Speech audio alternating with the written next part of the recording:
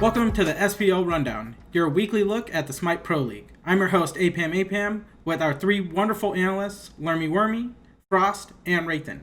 Stick around for a little later for my interview with Neilmah, but first, let's get right into week one with the first game of the weekend, Ghost vs. Obey. And this one, we got to see a sub in Stuart, and Ghost probably feeling pretty good after winning the Phase 1 playoffs. What are you guys' first thoughts on this game? I gave enough of my thoughts on Twitter, and I got ripped for it. But well, reiterate them here. See if we rip you or not. Summarize those thoughts again, real quick. Yeah, well, that's the talking point now. Here was my point. All right. At the time of my tweet, we had seen one game in the set already. We saw things not go well, and we saw them first pick a god who I now understand is at the top of the physical hunter stats. But for the 4 weeks prior, all I had heard anybody complain about was Hecate Typhon's abusing gods. Hold on. So when you Before leave you a go Hecate, any further, what was your tweet about? What was the tweet? Oh, God. I will find it myself. That Stuart needs to take his god puddle back to the SCC. I remember now, that. Okay, that makes his stream title make a lot more sense, because the next day he streamed saying expanding my god puddle. Yeah. Yes, I retweeted him. I gave him a shout out in my Discord. I subbed and I apologized. I love Stuart. Because I did feel bad. You apologized. What a weenie. I know. Well, I mean, at the time of my tweet, the information that I had was that during the entire phase 2 of the SCC, he played 2 gods. He only played the second god, Ho Yi, when the first one was banned out, which was Ullr.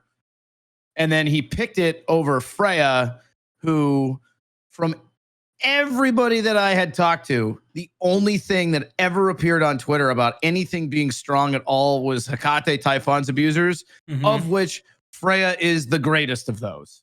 Yes, sir. Right? So when that god is up and you don't pick it in favor of the one god the guy plays, I made that tweet. I got called out for it. People said Ullr's better than I thought it was. Ullr wins the matchup.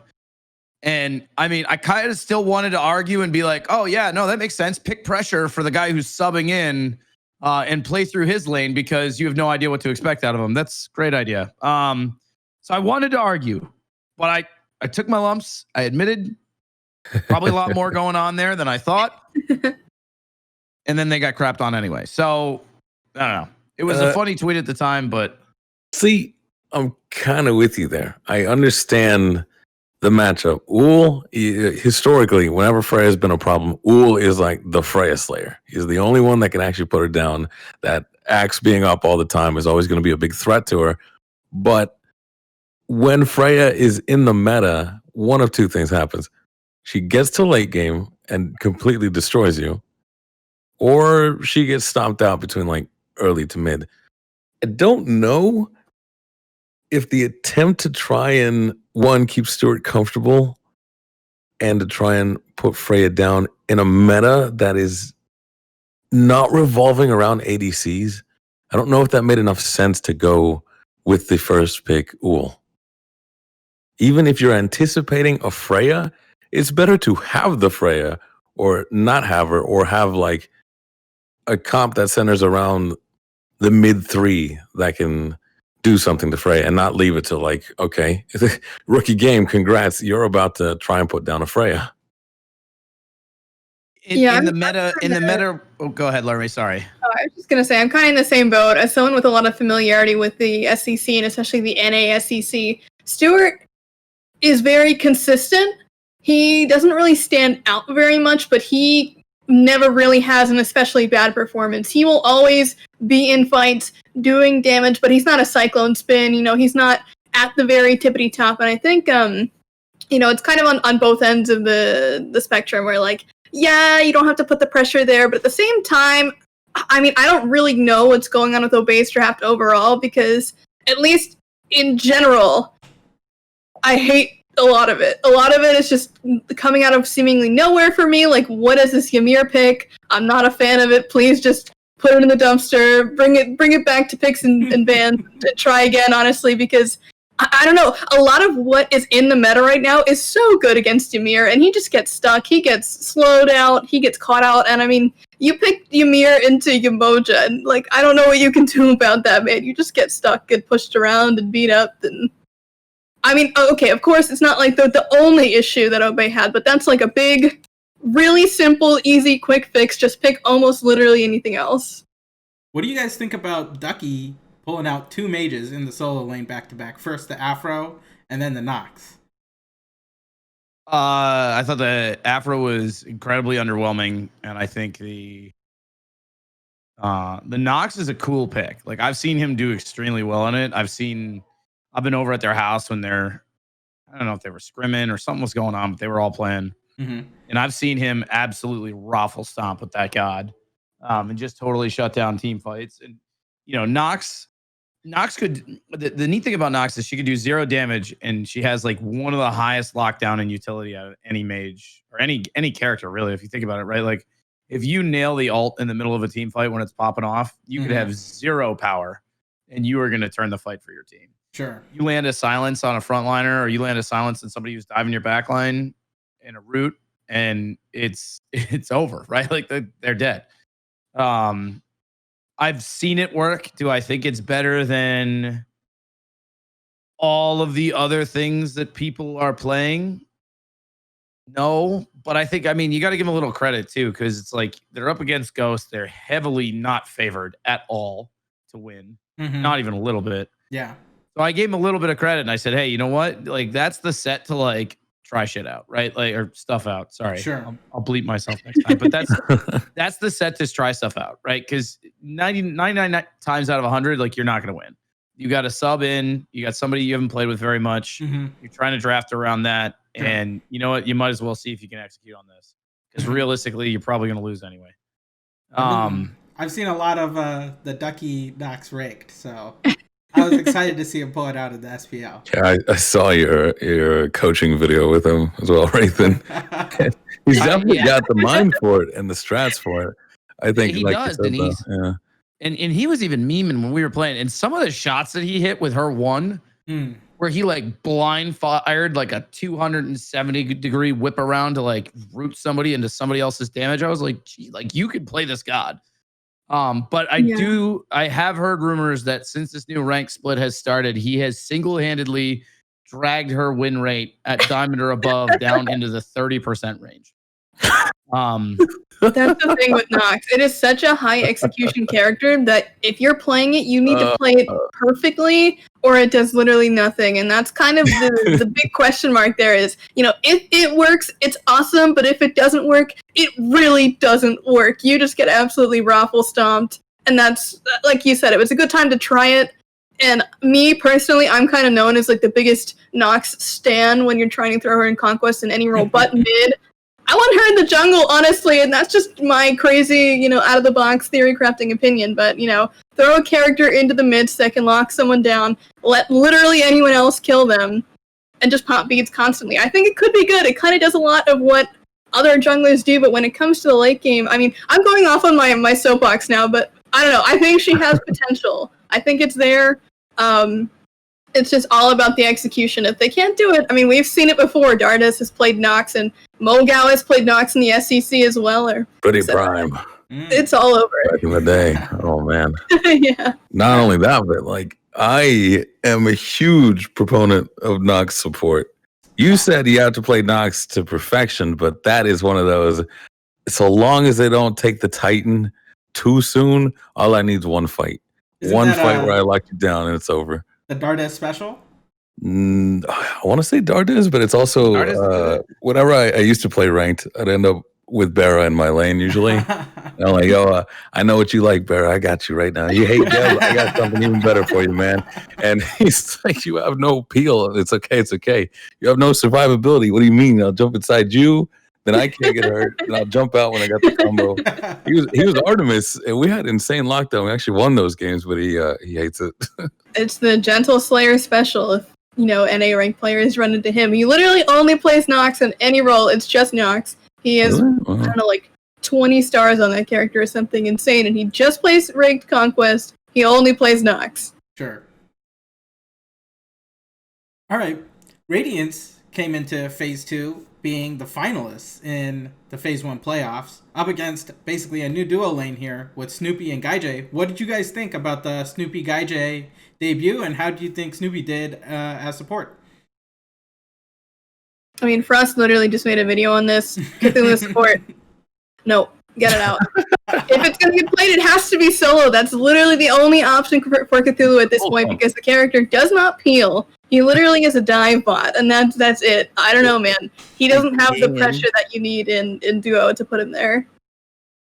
Dang, I wish you saved this Cthulhu take for the next section about SSG versus PK, because that was a big part of that set as well, with Neil picking Cthulhu twice and losing both games. Sorry for the spoilers, wasn't this the set where Snoopy dies 6 times in the beginning of the game? Oh, that was beautiful. All right, so aside from the for the Snoopy debut, what do you guys think about the Gaijay debut? I guess that might be a more pertinent question to ask.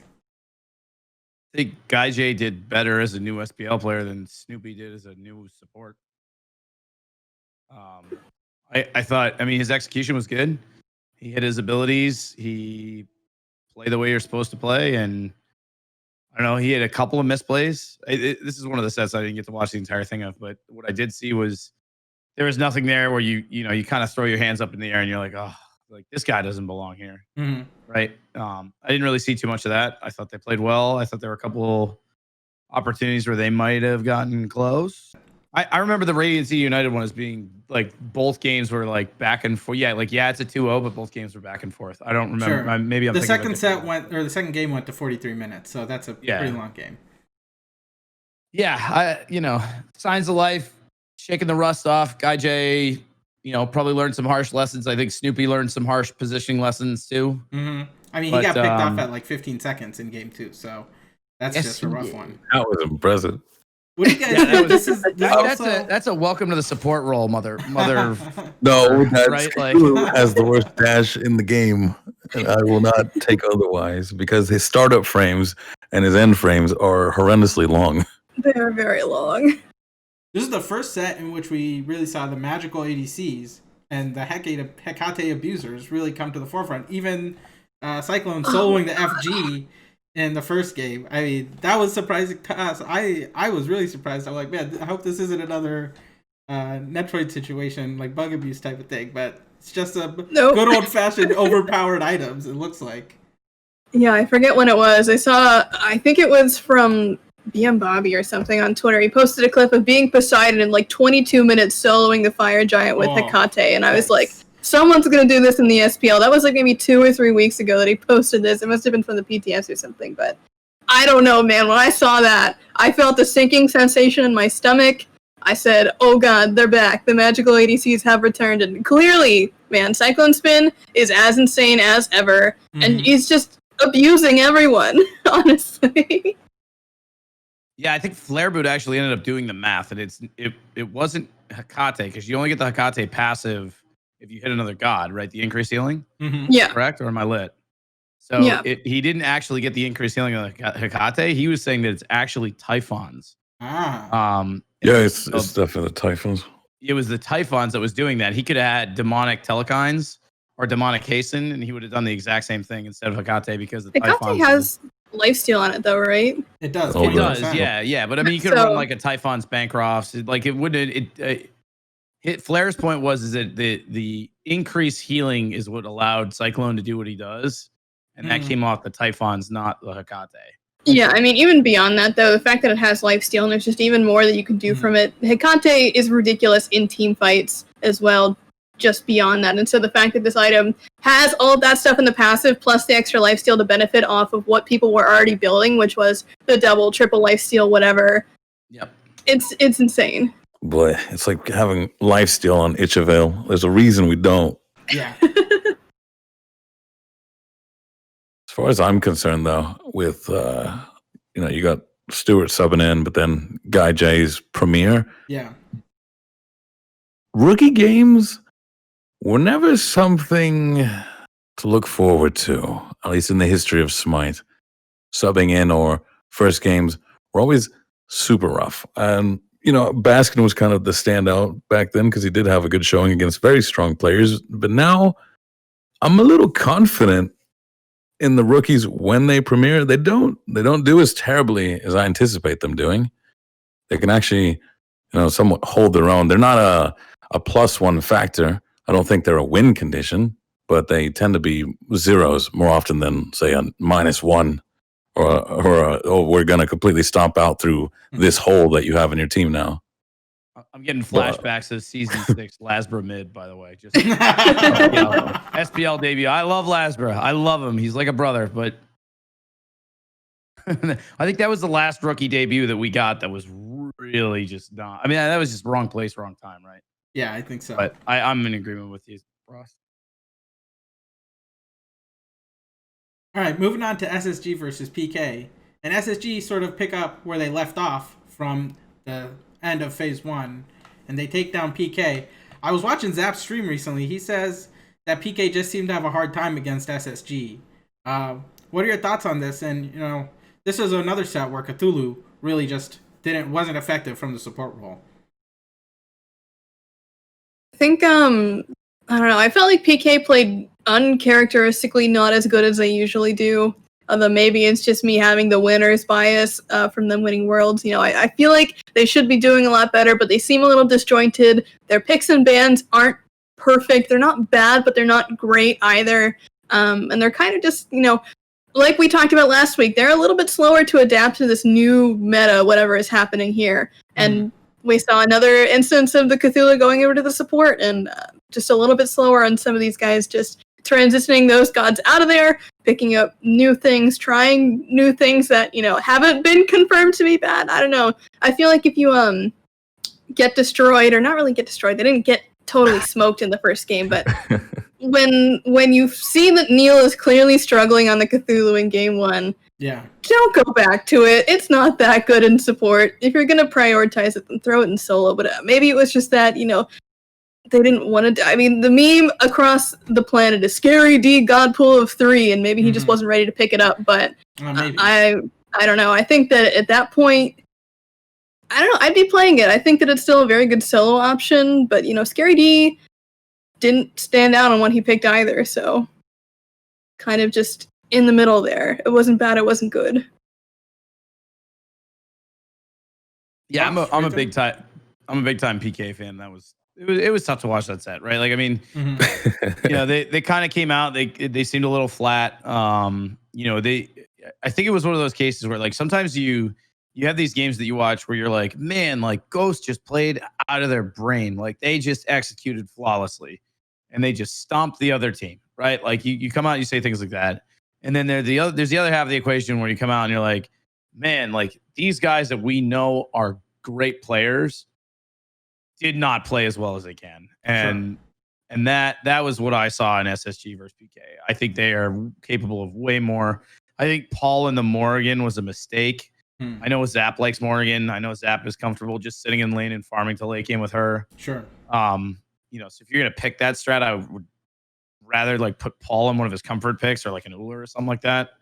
But like, I don't know, man. It just seemed like it almost seemed like they were trying stuff out for their first set, and it just didn't work. And I think after the first game, it seemed like they were a little flat or just waking up, and they held on a little longer in the second game, but still wasn't the showing that I expected out of them.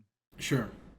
You know what really surprised me? I think that the fact that PK didn't prioritize Freya for Paul is kind of nuts, because historically he loves that character. He has those couple of like niche characters that he consistently goes back to, and then suddenly they end up in meta, and where do they go? They just disappear. I don't know, man. I think that if they had prioritized the Freya pick for him, that was a totally different set. You mentioned the rat support from Raffer. I know this is a Captain Jean-Luc Picard special here, if you've seen him streaming on I've run into it a few times. Jesus you think Christ. There is room for more assassins in the support role? I personally love assassins in the support role. Actually played Deja, okay? So what do you guys think about the rat support, and do you think we're going to see more assassins in support? Absolutely in this meta. There's no better appeal for your team than being rid of an entire character. Mm-hmm. That's the best supporting you can do. Go up in the air and cause the death of one of the backliners. And Rat, very capable.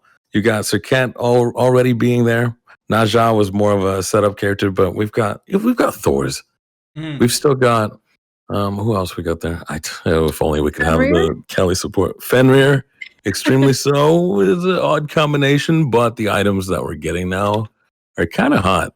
They're really allowing more aggressive and not too tanky characters before output enough damage to actually take the damage that's being inflicted on them while bringing it back in there. I don't know. I think it's very aggro right now, but I don't think it washes out Guardian's idea. I'd suspect Rafa is also gonna put on the brakes as this phase keeps going. Sure.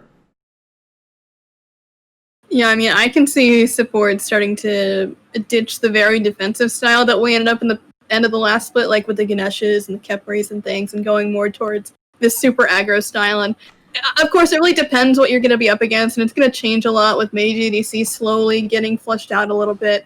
But, you know, if they're still here, I can definitely see an argument for there being a lot of these assassins over in the support lane, because when you're a magical ADC up against that provides so much pressure for the other side, and dealing with that as a character that doesn't come online until they get an item or two is really, really difficult. And by that point, I mean, in the SPL, it's a little easier to deal with it because the guys are very disciplined and knowing exactly where they can and can't be, what farm they can and can't give up, and things of that nature. So it'll be a little bit different when it comes to, you know, what we're seeing in the ranked meta versus the SPL meta. But I could easily see these guys coming up and actually doing work in the SPL. All right. Any final thoughts on PK versus SSG? I hate when assassin supports are in the meta because then they start nerfing assassins, and that makes me cry. I hope they don't get too Cries heavy and handed with jungler. them. Yeah, I hope they don't go crazy on it. The benefit with Rat is that it's intentional, right? They literally gave him 2 acorns and said, you're going to have sustain and then you're going to have prots, right? So it's intentional to give him that flexibility. You know, we saw with like Neja, Fenrir, Serket, where it was a product of their kits. Yeah. So I think maybe we'll see it more with Rat, but I hope it doesn't lead to sweeping assassin changes like the last 3 have. Just a lot more versatility this patch. I don't know what happened. Aside from the obvious experimenting, I'm thinking we're going to get somebody on some mage supports. I want a hunter support so bad. I feel like I'm on the cusp right there of finding some hunter support technology. And if anybody's going to do it, it's probably, my bet would be on Neilmah. He loves his hunter supports. Hachibad. Sorry.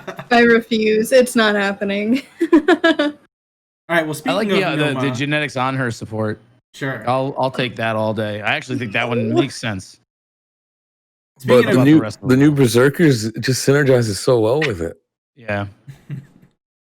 Speaking of Neilmah, I had the pleasure of speaking to him this week and spent some time talking to him about the losses in the midseason invitational or playoffs, phase 1 playoffs, and looking forward to getting back to the Worlds. So take a look at that. Welcome, everyone. I have my good friend and Smite World Champion, Neilmah, with me here. Hoping to ask him a couple questions about phase 1, the playoffs, midseason patch, and then looking ahead to phase 2. But first, I think should start about Worlds. How was it winning Worlds? You know, it's a pretty big accomplishment in this scene to become a world championship. How's that feel now that we're 6 months into the next year? Yeah, at the time, obviously, it's like indescribable almost. It's just all this effort and just so many feelings, right? Of just like up and down, just turmoil. Like maybe one phase you do really well and you're like, yes, we can win. The next phase you do poorly and you're like, man, am I ever going to win? And then you watch all these other teams win. Mm-hmm. And at the end of it, it's just all washes out all the doubt. And you're like, it's the validation that, yeah, you're good enough. You and your teammates did it. Sure. You all played for it all when you're the guys. But 6 months later, you know, that's kind of all behind me at this point. Yeah. It's about looking forward. Like it was great to win at the time. Sure. And it still feels great. But at the same time, it's can't live in the past, right? It's about moving forward and focusing on this year and trying to do something special and win again. Yeah. Speaking about this year, then, I guess, phase 1 was pretty good, I want to say. 4th place finish, not too bad. 8-6. There are a lot of good wins. I think you guys beat Ghost at least once during phase 1, beat Radiance. Mm-hmm. So guys had a lot of good wins. How do you think phase 1 went for you guys? Were you happy with how you played and things like that? I mean, obviously you guys want to win every game, but overall, how do you think you guys did in phase 1? I think it would have been like it kind of just our phase kind of gets defined, I guess, by the result at the end. We ended up finishing. I think we tied for 5th, 6th. Actually, got first rounded. But are you sure? Because the standings page says 4th place. That's all I'm gonna say. Well, 4th place, we never made it to the semis. We made it to the semis, would have been 3rd, 4th, right? Okay. But either way, 6th place. We ended up losing to Radiance. We went 1-3 against them. So yeah, obviously a bad taste in our mouth. I think that we kind of didn't show up as well as we should have on that day, and I think our drafts weren't that good. Sure. They played really well as well, but I think that we would have had a really good shot in that set if we had just been a little bit more prepared and played a little bit sharper. But I mean, at the end of the day, like it wasn't a great result for us. But at the same time, like if we had just played a little bit better and we had made it to the semis and the finals, we'd be having a different discussion. I think that's something that we were really capable of. Yeah. I think that we were competitive in the first phase, which was important, and not only competitive, we were improving and we were growing and we were kind of meshing as a team.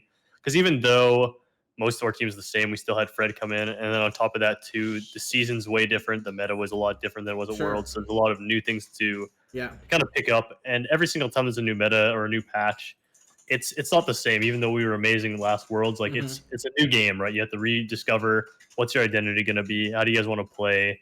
What gods are good? Does the god pool suit you? So there's a lot of rediscovering happening, and I think that overall we weren't happy with how it went, just based on how we finished. But there were a lot of good things to take away from the first phase that we know wasn't really like a waste of time or like the worst thing in the world that we didn't do as well as we thought we should. I will ask about Fred. How's Fred been? I'm sure you guys are now all sort of meshing. I see all the PK videos. You guys look like you're having a grand old time in the house. So I imagine the camaraderie is kind of there and things like that. But how's that been? Specifically just changing out one player, because the rest of the team dynamic, I'm sure, has pretty much stayed the same. Yeah, it's been nice having Fred around. Him and Sam are both really good guys in their own way, but they're quite different as people. And it's just, I wouldn't say one's better than the other, either in terms of player hanging out with. They're just different, right? Like Sam's a bit more of a reserved guy.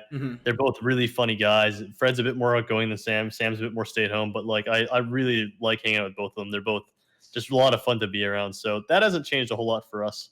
And in terms of play, they definitely have different play styles and they see different things in the game. Yeah. And it's just different, right? But it's been great having Fred around. Like we've learned a lot from him, and he's learned a lot from us. Yeah, and it's been going really well. Yeah. Did you guys pick up any Danish? Right? He's from Denmark, right? Dude, I was using Duolingo for a bit, learning a tiny bit of Danish. And I think after like a few days, he was like, "Dude, what are you doing? Like, Danish is such a trash language." He's like, "Dude, this language is so shit. No one uses it. Like, what are you doing?" And I'm like, "Okay, well."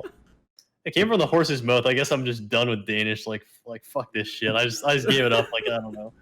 So not really, to be honest. Like he hasn't really been using any Danish at all. He basically told me to ditch the language. Is he an honorary NA now? Essentially, yeah. And then his go-to, he's always like, "Man, my English is so bad." We're like, "What are you talking about, man? Yeah, like you speak perfect English." I think his English is very good. It's fantastic. Yeah. All right. Focusing in a little bit more on the playoffs. Did you guys think Dodgy was coming at you? I mean, Dodgy basically ran a lot of the tournament for Radiance, as far as I could tell. What are your thoughts on Dodgy? That was like the big story. Yeah, we had not seen anybody player. Like we've been practicing weeks, hadn't seen anyone player. In practice through all the phase, like no one really played her at all. There was like maybe at the very beginning people played her a little bit, but it's a god that no one, at least we hadn't seen for months. And they picked it and it's like, what the, like, Dodgy, like why are they picking Dodgy? And like it's a god we kind of forget a lot of what she does and how to play against her. And so it definitely caught us off guard, especially the Dodgy and the Khepri. It's like when they fight together, who do you kill? Like the Dodgy hits you, she ults, she's invincible. And by the time she lands, she's a Khepri. It's like, oh shit. And all of our picks too, like weren't that great into it. So I think their drafts were definitely really, really strong. And I think it made those games just really hard to win after game one. They just had a in my opinion, like quite a big advantage in the mid game, and we kind of played into that a little bit. But Yeah. their drafts were just phenomenal. Yeah, it was really really crazy to see, especially because to the back end of phase one, they had sort of not been winning as much, been losing some games. It felt like the duo lane was kind of not able to keep pressure a lot of times, and I don't know, it looked kind of shaky, especially considering that this is when we start to see the quote unquote super teams in our league Yeah, start to falter a little bit, is around the mid-season time or just a little bit after that, like the early start of phase two is sort of where the cracks start to appear a little sure.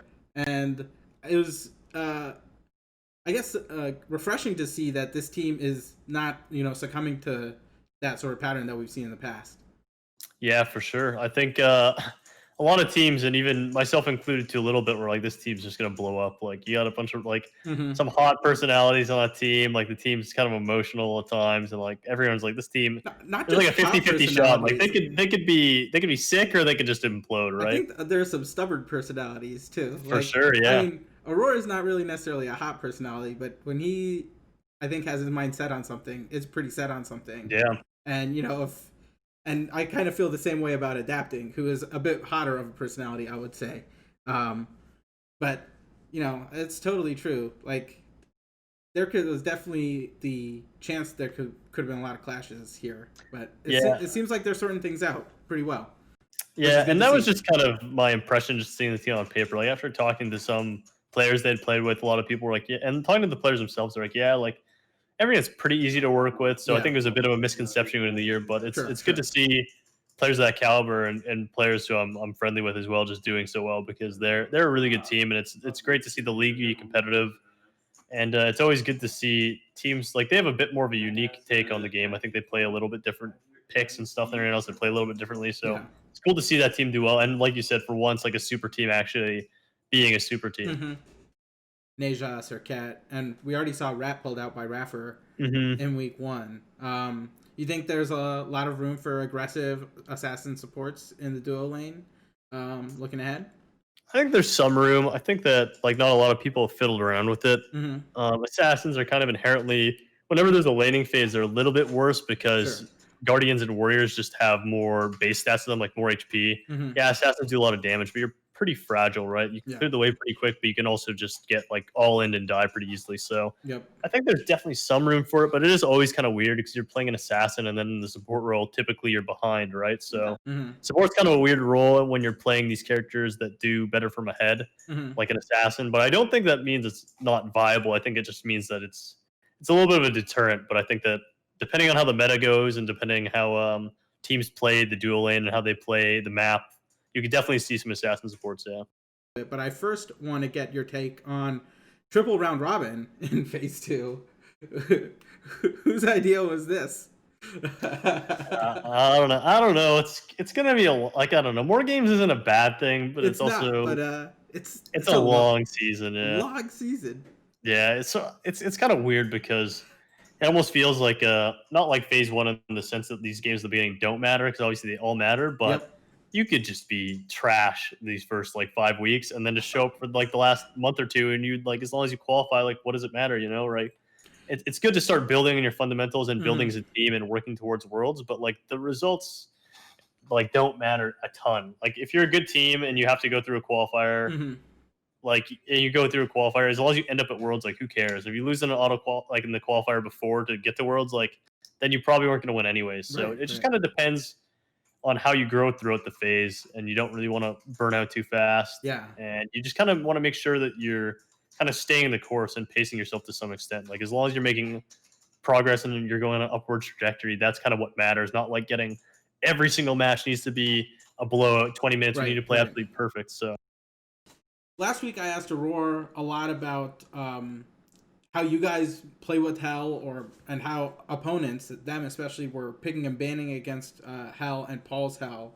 And he said something that I thought was really interesting, in that not only is Paul a great mechanical player and a great Hell player on top of that, but he says that you guys work especially well as a team playing with Hell. Is that something that you guys consciously sort of work on in terms of like working around the heals and things like that, and working around Paul and his hell and like the damage that he can produce. I'm sure like there's a comfortability level that you guys have now, having played almost like 2 years together.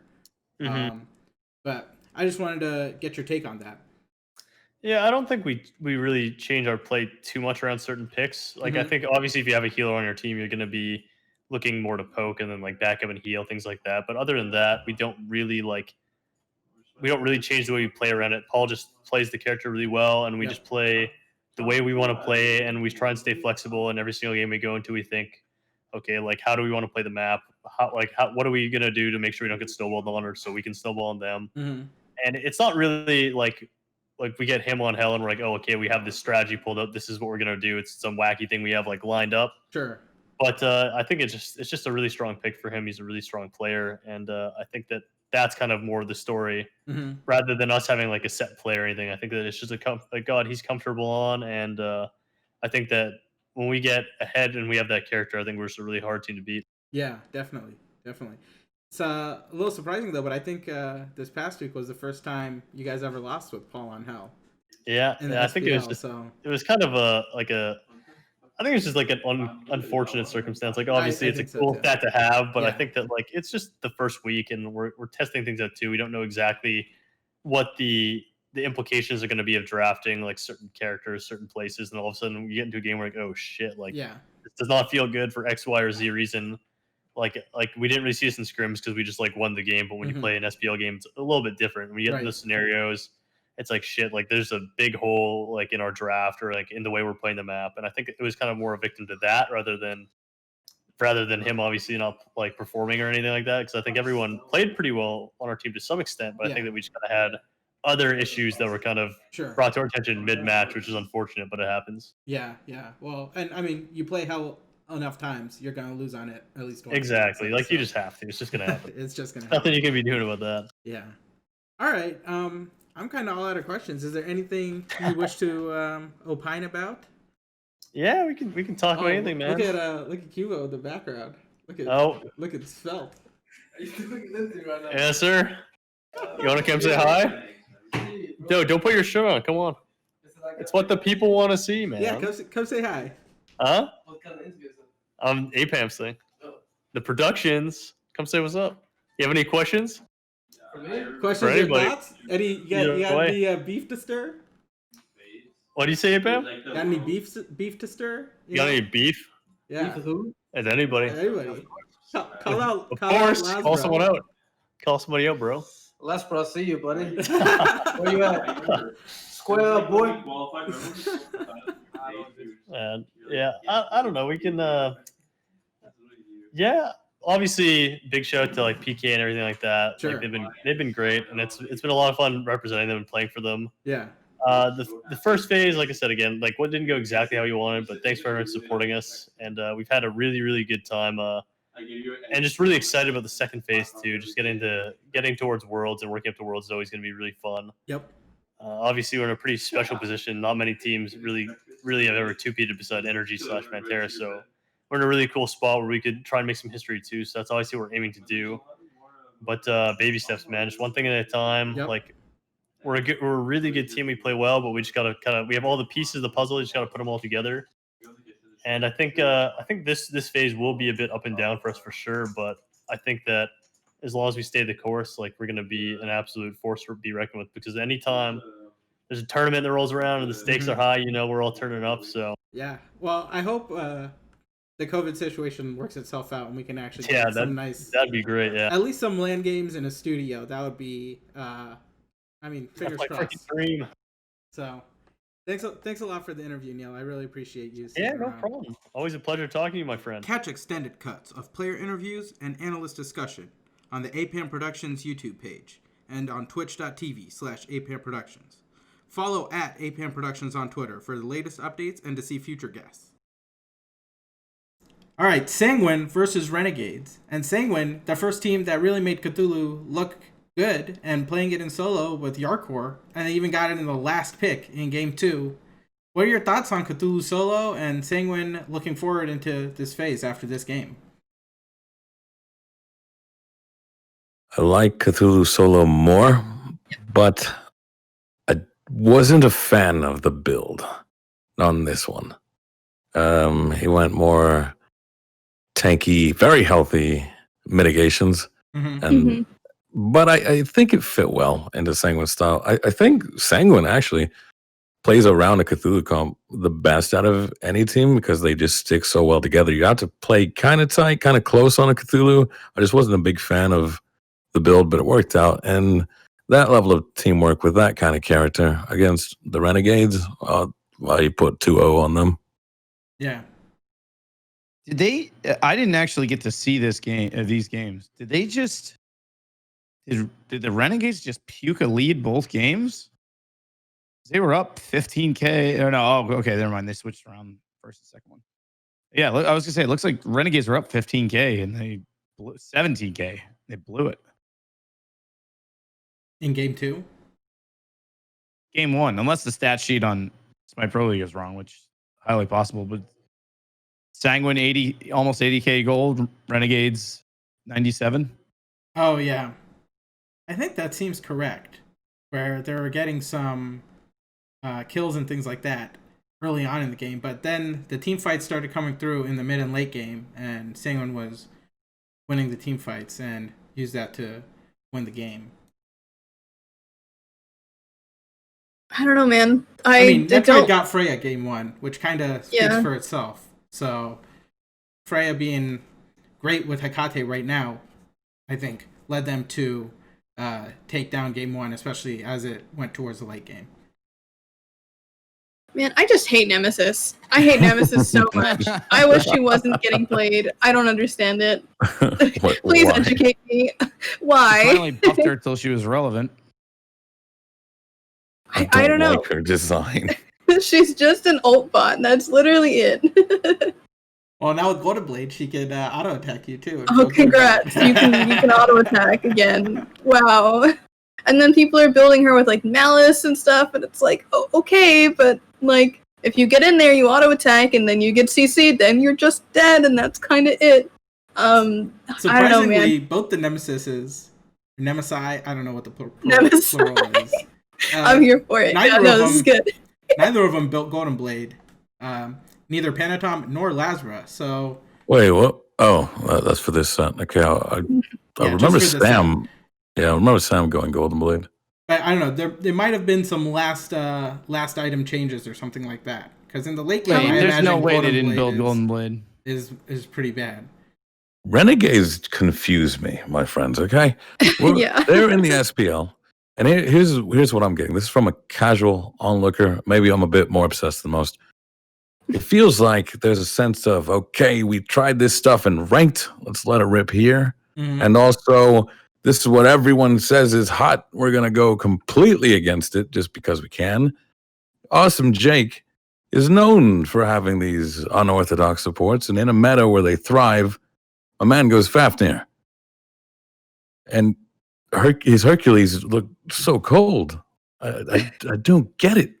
If anyone should be thriving in this meta, it should be these guys.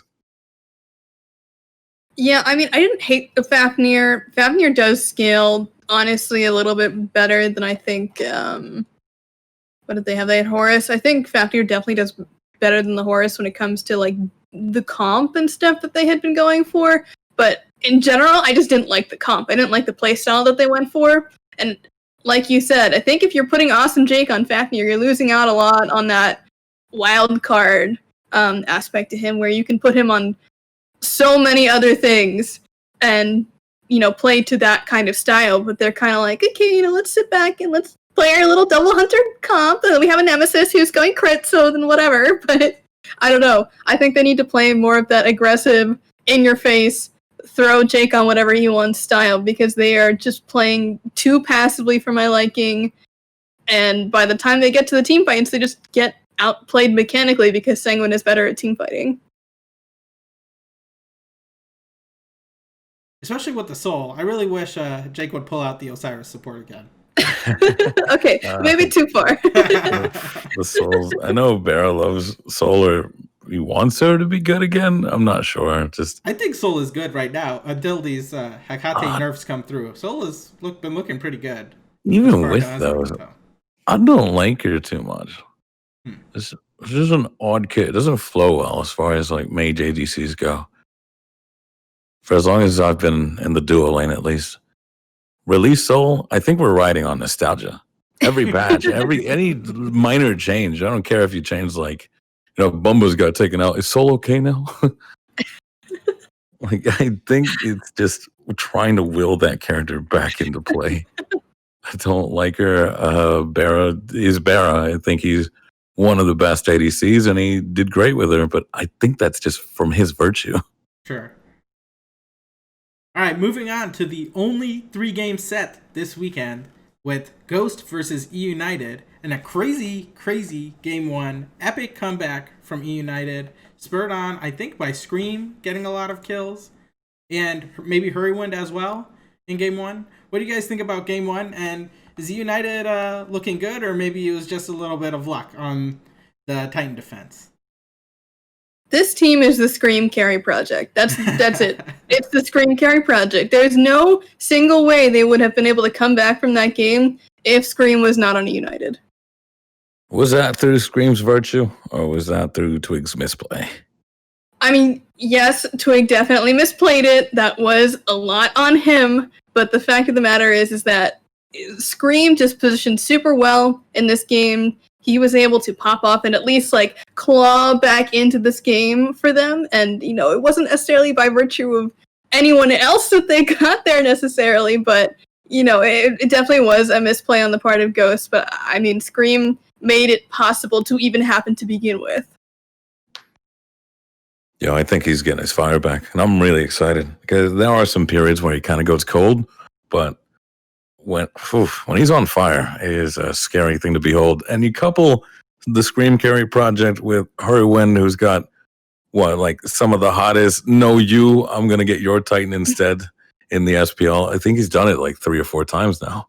Consistent. Yeah, I think Scream is the Sino with a better team around him.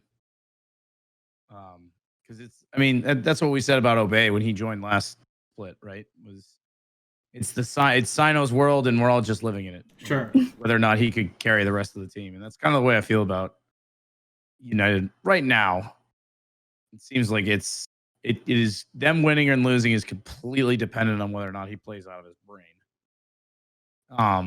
I know that's not the way it actually is, but it's certainly the way it feels to like the casual onlooker. But no, I thought, that game 1 was insane. I didn't get to see game 2 and 3 because I had to leave. But well, let me tell you about game 2 and 3. Ghost looked like Ghost, and it was pretty convincing win from them for the other next 2 games. So yeah, they got a Cthulhu solo, I believe, in game 2. Wraithyn, I remember you waxing poetic about Mail of Renewal last week, and in game 1, we saw 2 Mail of Renewals on Ghost Gaming with both Mike on the Capri and FinoK on the Cthulhu with the Mail of Renewal. Is this the new tech? This is an I told you so moment.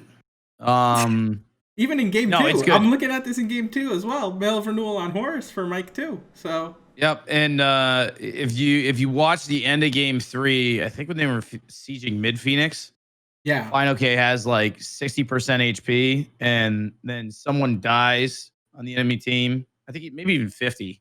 He's in his ult with like 5,000 HP. Mm-hmm. Somebody dies on the enemy team. 3 seconds later, he's at like 75, and then I think between HP 5 and a heal or anything else. From Umoja, he goes from basically half health to full off of 2 mil renewal procs and a heal. He must have sold it before the end game because it's not in the final items here. But did he not? No, he 100% had it. Not in game 3, it doesn't look like, but in game 1 and 2, he. No, not on the Thor, not on the Thor. It was just Cthulhu games. Yeah, he had it on both of his Cthulhu games. Okay, so it was probably the second game then. Sure. They were. Or no. Or was it they were sieging the Titan? I don't remember. These games all blend together for me. But I just distinctly remember they were sieging the mid Phoenix, and Fine had no HP, and then all of a sudden he had all of the HP, and I was like, I also think it's just a misplay to not have anti-heal into that. But it doesn't affect HP 5. It does affect the passive. Oh, what? Yeah, the passive healing. It's like 50%. It counts as a heal, doesn't it? Yeah, it's an ability heal, but it basically you get Regenerates 15% of your max HP back over 3 seconds. So 5% heal every 3 seconds every time you take an objective. Right? So if you kill somebody when you're sieging a tower and then 3 seconds later you take the tower, you get 30% HP back. Oof. Is a lot of damn health. That's a lot of health. No, the item's nuts. I think there was a lot of criticism game 2 and I think game 3 of United for their lack of anti-heal, and I completely agree with that. You've got Mulan has crazy sustain, Horus has crazy sustain, Cthulhu has crazy sustain for the team, plus sustain items built. And then you have Twig, who's on the Persephone, who can heal himself, and Soul Gem the whole team. The lack of anti-heal, game 2, and then game 3. Yeah, also no anti-heal. Also, Persephone, Yemoja, I guess not as impactful that game, but kind of like drove me a little nuts. Game 2 was anti-heal related, I think. Game 3 was no, the item's good. Long story short, I called it. 2 of them came out. Yeah, I was that's what right. I'm saying, man. This is where you get all the inside strats, okay? So, Mail of Renewal. There it is, man. Officially SPL, what's it called? Approved. Endorsed, approved, yeah. I'm not going to call myself a meta crafter, but The broken clock is right twice a day. hey, my one claim to fame Sure. from that perspective is back at the beginning of last year, was it? Mm-hmm. I said that Erlang was broken in the jungle, like busted, broken in the jungle. And Kurt, weakened, retired Shrey, was at my house, standing over my shoulder while I was telling people this, leaned over and said, "Don't listen to him. He doesn't know what the hell he's talking about." And then, like 2 weeks later, that god was at the top of the meta, like nerfs incoming, slapping everyone in ranked. And I was like, my work here is done. So, as Frost has said, if I make enough guesses, I'll eventually be right. Honestly, yeah. There you go. No, he was busted for the longest time. Some characters in this game I stay away from. It comes from a feeling of like, all right, they're a little busted, or this is too easy kind of thing. Or like I never even played him. Just watching people play in support, in jungle, just in solo. Those were the 3 that he dominated. Hell, I saw a few Erlang ADCs with the same build. He was abusive.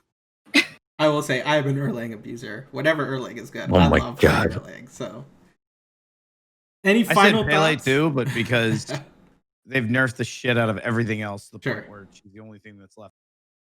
All right, last set of the week: Renegades versus Obey. Renegades win after not performing as great earlier on in the weekend. Set jungle from Lazra looked really great. Lazra, even on Nemesis, looked really great. What are your thoughts here? This is the first time we saw Wowie back for Obey. First thoughts on RNG versus Obey? Looked like a ranked match, honestly, especially that duo lane. Like, it looks like you popped in a Barra stream and it's him and Jake versus Snoopy and Guy J. I mean, he pulled out something aggressive. He brought out the tier. Yeah, he did. And it actually worked out this time. That's what was amazing this time around. Like, yes, this is the Jake that we can't stop talking about. You play the weird stuff and you get in people's faces. You first blood their Athena and then your ADC dies, but it's okay. I don't know, man. Just looking at Obey's style of drafting, I just don't get it. I don't know where any of these picks are coming from. I don't know what the Osiris thought process is, okay, protection stuck, mitigations are what's up, but like in the jungle with Golden Blade? I don't know. No. I'm looking at these builds. It's like Golden Blade into Sovereignty, into Odys, into Spectral. I don't know if that's the build on Osiris in the jungle. I'm not sure you're doing anything really impactful at all.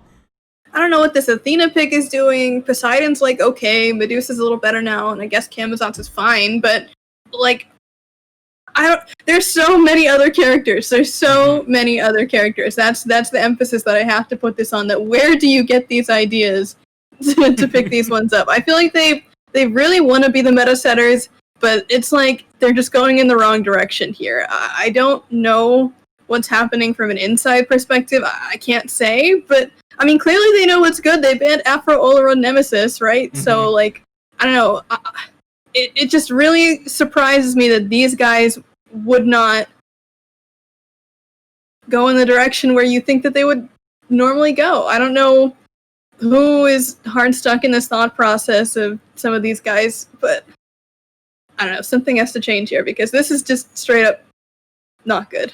Well, I think it was after this set that Saito tweeted out, "No more warriors in the jungle." He's exclusively I hope he means it too. assassins. He also said that at the end of the last phase, so I really I gotta get back on my Neja bullshit. I really hope he does. Please.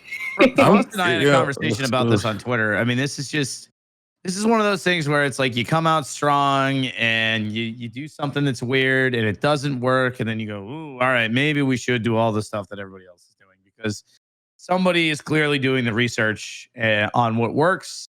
I don't know if there's some funny stuff in the paella that Kazir is eating over in Spain, but I like, and I love all of those guys. I love all those guys. I mean, I know everybody on both teams except for like Sino and Jake. Like, I don't know either one of them well. And I love them all. I love Laz. Laz, I think, is like one of the most talented players in the entire league. I think he's highly underrated. And I love the whole Obey squad. They come over for dinner. But I just don't even like, I want them to be good so bad because I know they can. I know they can. And I feel like sometimes they're held back by meta setting where, you know, they try and do these like big brain counter pick things, or like they try and force a strat that just like doesn't make any sense, and it ends up costing them. And I want to see them do well. And I think that's the most frustrating part. I think, like you said earlier, we want to understand. We want to know what's going on inside your head with these drafts. But clearly, there's something between what you guys are thinking and what we're seeing that just isn't connecting here. And the results show for themselves. And this stuff is just not working, and there needs to be a change. I'm telling you, it feels like two steps of brilliance. Because if we look at their comps, at least, well, the way that they're... okay, here we go. Gonna try to make sense of the madness. Game 1, Osiris, Athena, Medusa, Camazotz, Poseidon. It's a really good team comp against an auto attack heavy team. But I'm talking like you've got 3-4 of your characters are auto attackers. Except on the other team, it was just the set kinda and the soul. That's it. I almost feel like Obey was anticipating what we're seeing in ranked, you know, like the spiders, super abusive, Bakasura, Golden Bow, just auto attack. Junglers are insane right now. But that's not what happened. It's if you take that comp into what they think they were going to face off against, they would have wiped the floor with it. Okay. That's not what happened. That's not the reality of it. And that's what confuses me. I know Sino has touted off that like warriors are the big counter to AA. You know, to auto attackers. They're the big counter, and I can see the logic behind that, but they're not facing off against AA. So where's the logic there? Especially when they first picked the Osiris both games. Yeah. Well, right? Like you're almost saying.